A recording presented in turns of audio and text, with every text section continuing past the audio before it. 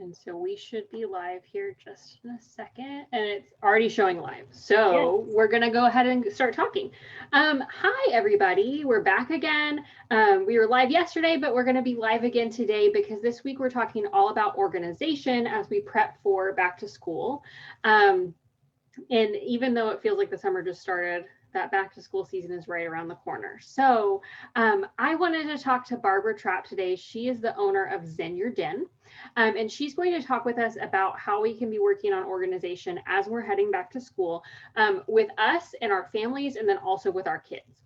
So let me tell you a little bit about Barbara. Barbara Trapp is a certified professional organizer and productivity coach. She has over 15 years experience in human resources, training and development, and process improvement, and holds specialist certifications in residential organizing, life transitions, and workplace productivity. She's also a certified DISC and driving forces facilitator.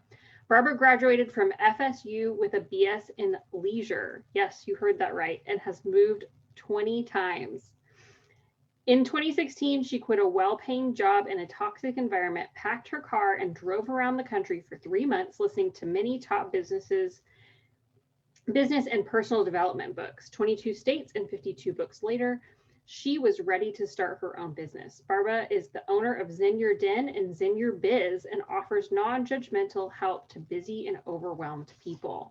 And Barbara is awesome. She has such great ideas. We're going to link all of her social media and her website and a few of her offerings in the comments. Specifically, she has a 9 tips for decluttering any room, which could be really helpful for anyone who's trying to get their Yes. life and their house under control before school starts. I Right. am probably going to use this because I've been trying to declutter my closets. Um, and it's Very good. hard. Yes, So, it is. welcome, Barbara. I'm so happy that you're here with us today. And Thank you for having me, Zoe. I'm excited because this is a topic that I need myself. And I know a lot of other parents need it as well. So, Yeah. um, super excited to have you on today. And so, my first question for you is what areas might families consider getting organized as we start back at school, and maybe especially since maybe people are going back to the actual classroom for the first time in a while? Yeah. Boy, it has been a while for many people. And I think it's really important to maybe start with schedules, and because we're used to having a little bit looser time frame now, and uh, we haven't had to drive a lot of places to get kids back and forth to school, or maybe we did for a while and we didn't. I know it was just chaos last year. So I think looking at the schedules and maybe starting what the ideal schedule is going to be the week before at least, to get kids in the groove, and parents. So it's a shock for parents as well. And that includes, bedtimes, whatever the boundaries are going to be for cell phones and technology, waking up times too, because you don't want to be having to grab your kids by the ankles to pull them out of bed with their clothes on from the night before. And we just don't want it to be such a shock, so that when they get to school, it's they're, they have some energy, hopefully. And also, I think study zones. I've worked with some clients who have homework rooms, which seemed to be a trend a few years ago, and it's a neat idea. However, I've also seen a lot of those kids just sit at the kitchen table or the island or whatever, and do their work there, so their parents can keep an eye on them. And so you need to think what works best, what's realistic, and identify those study zones and where they're going to put things, so that those habits are pretty, start off on the right track. Yeah, those are great tips. And especially the routines. The Yeah. routines and the sleep, the sleeping especially is the hardest part of that routine to get into place. And um, I know some parents who even practice driving to the school. I think Um, that's good too, doing a dry run, because yeah, you don't know what traffic's going to come up. Maybe there's a new route, maybe there's some construction. The kids know where they need to be sitting, where their bags need to be, so they can get out fast, or how long the waiting line's going to be. I think that's a great idea. And then Yeah. they can, end with doing something fun, but then they don't feel like they're scrambling in the morning. And, it's already a little nerve wracking starting something new, but I think that's a great idea. Yeah, kids love knowing what to expect. Hmm. Even if they And fight it and say, I don't want to do this, really kids thrive on schedules and some kind of, processes in place. yeah, well, and like while you're out, go ahead and go get donuts or something. Yeah. Um, Yeah. because why not? Everybody Make loves something donuts. fun out of it. Right. So, as we're thinking about the school year, study zones, we're thinking about schedules and routines. Maybe we're thinking about um, lunch packing and our kids' backpacks and all of that stuff that goes into getting kids to school every day. Right. Should we focus on one area at a time, or multiple areas at a time? And is there one area that's like more important than the other areas that you think that we should start out with that? Sure. Well, I tell you, I haven't worked with clients in person in over a year now, and it's working really well actually. But the one thing I want to point out is that I never worked in multiple areas with a client at one time. We always focused on one thing at a time, and our sessions were maybe 4 hours at a time. We could usually start and finish something, and that could be a kitchen pantry, or it could be a closet and some drawers. We could get a lot done. So I would say definitely focus on one area at a time, and maybe plan for a 4 hour block.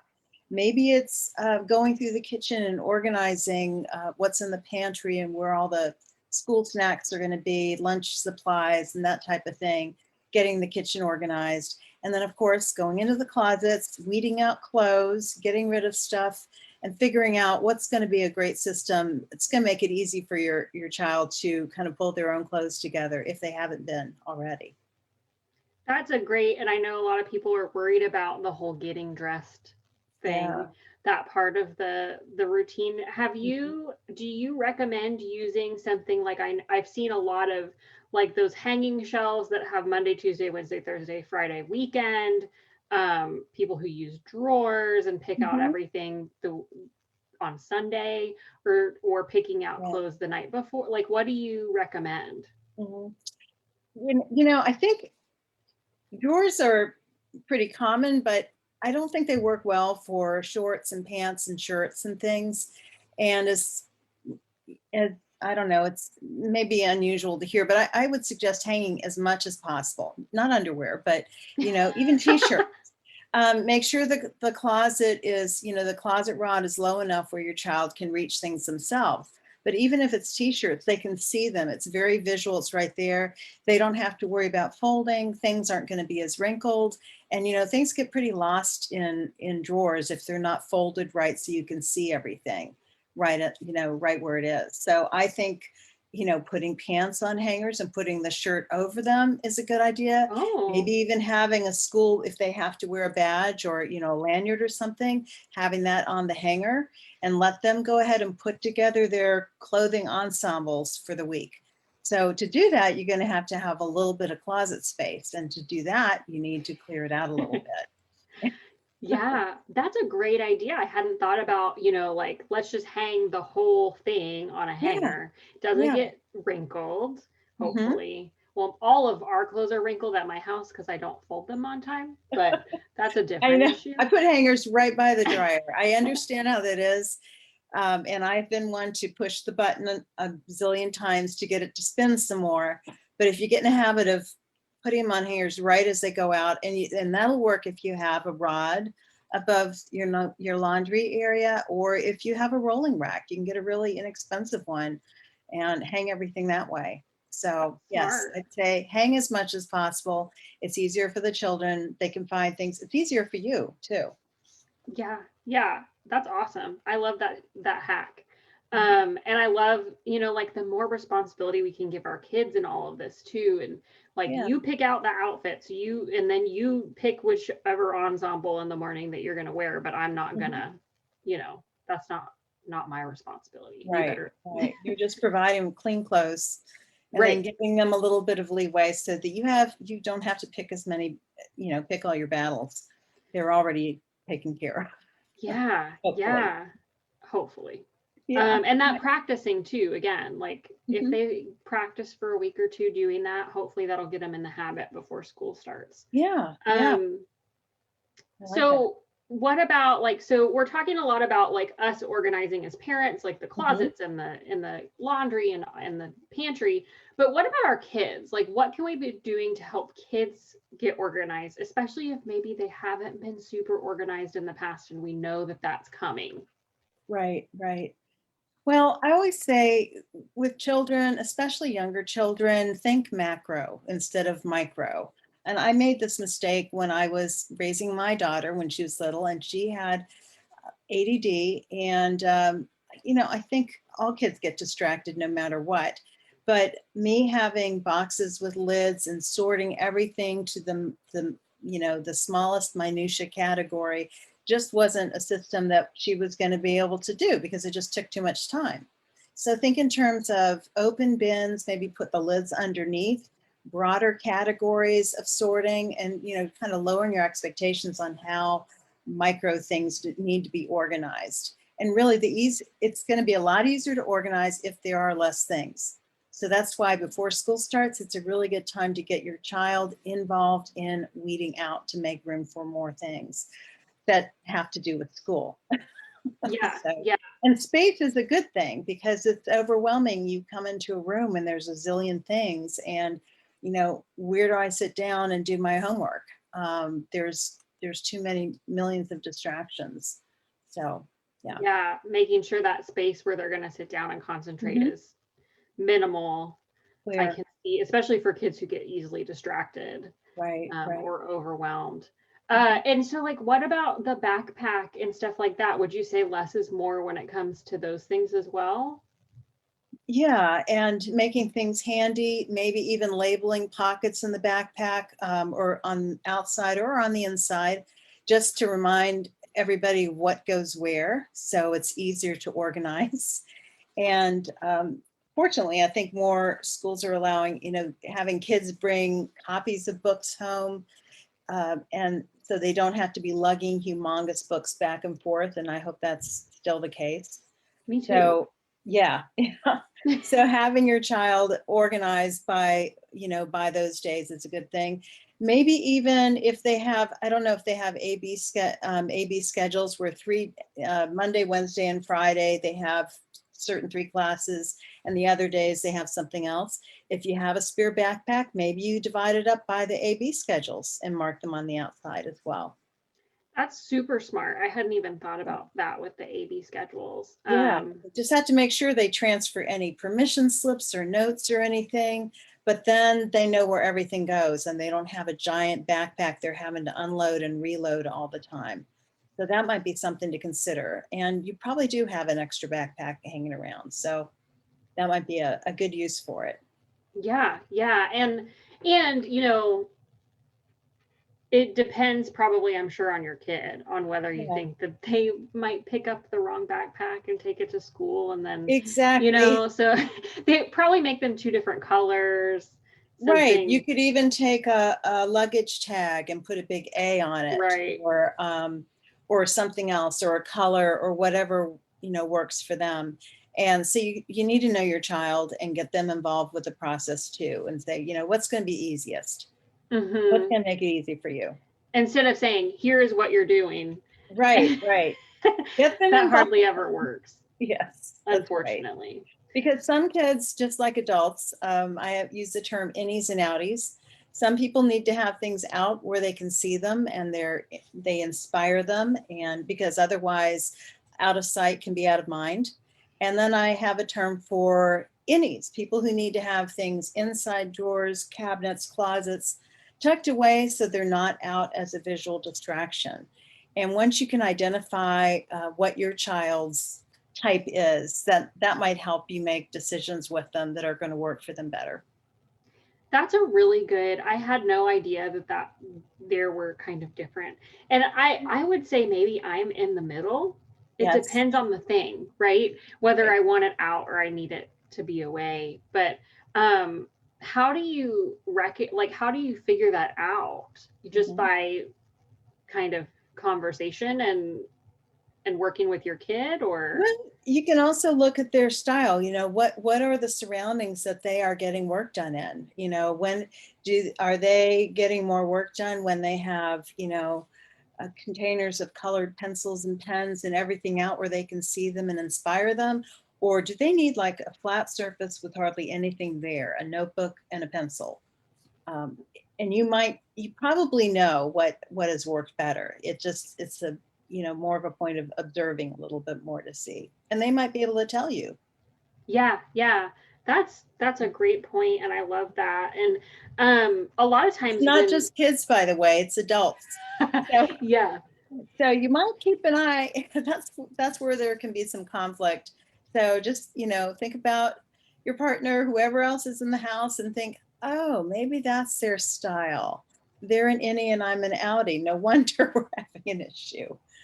Yeah, well, I can imagine that would be hard, if your kid is an outie and you're an innie and Right. you want everything to go away and they need Right. it out so that they can, Yeah. be Everybody's different. So you creative. just need to respect that, because if it means them getting their work done and, being able to concentrate better, then, that's great. Let them do that.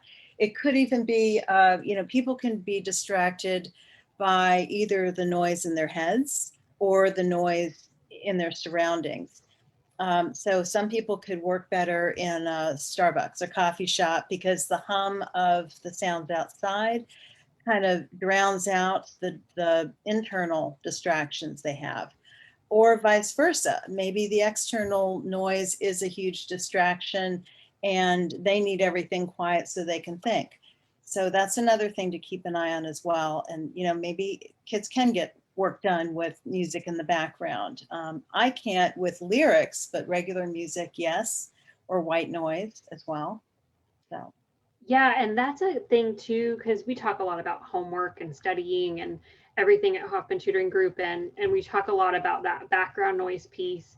And that would be a good thing to maybe talk with your child about and try to mhm, figure out before school starts sure. is, are we a classical music in the background type of Mhm, kid? Are we kind of need the TV on type of yeah, kid, even if it drives mom insane? right. Um, or somewhere in between, or do we need to invest in like noise canceling headphones? Mhm, um and exactly. I would invest in some noise canceling headphones just because. Yeah.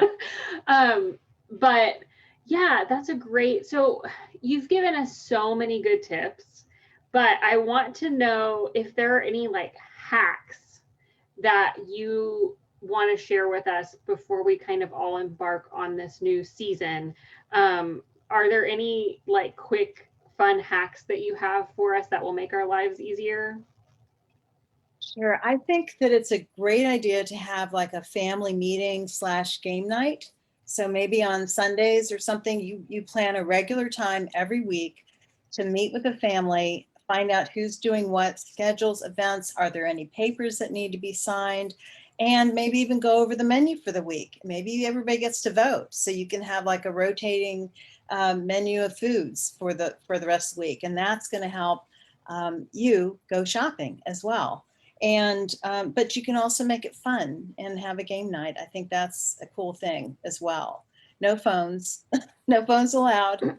Everybody having fun, but you're getting some decision making done too, so that the week is going to be more organized coming up. I love that idea. And I love that you brought up signing papers, because then Yes, everyone knows when those papers are going to get signed.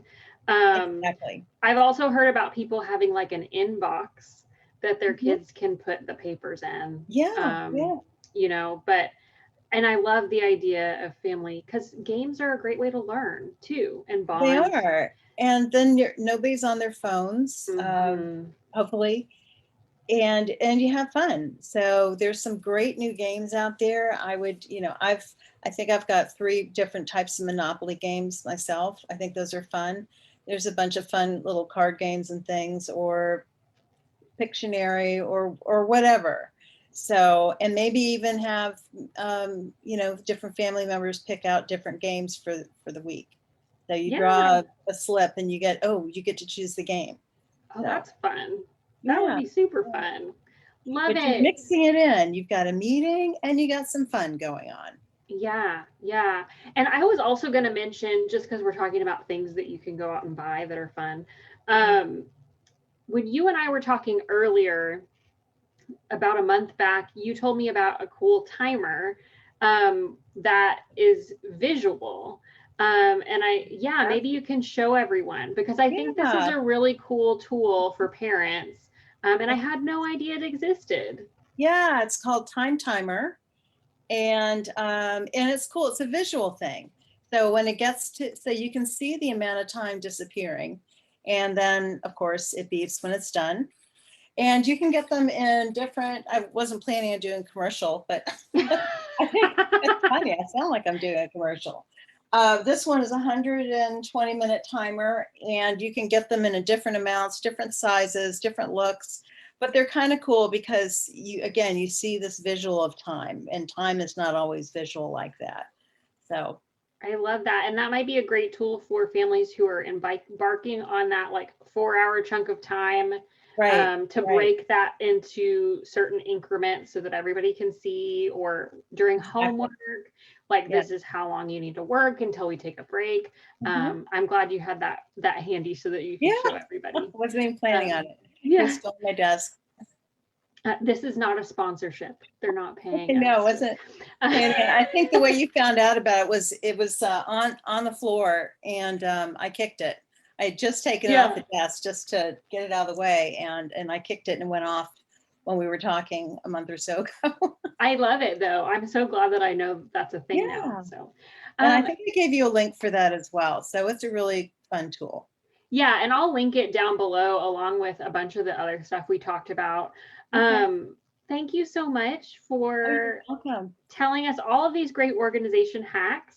Again, you can find Barbara on Facebook, Send Your Den.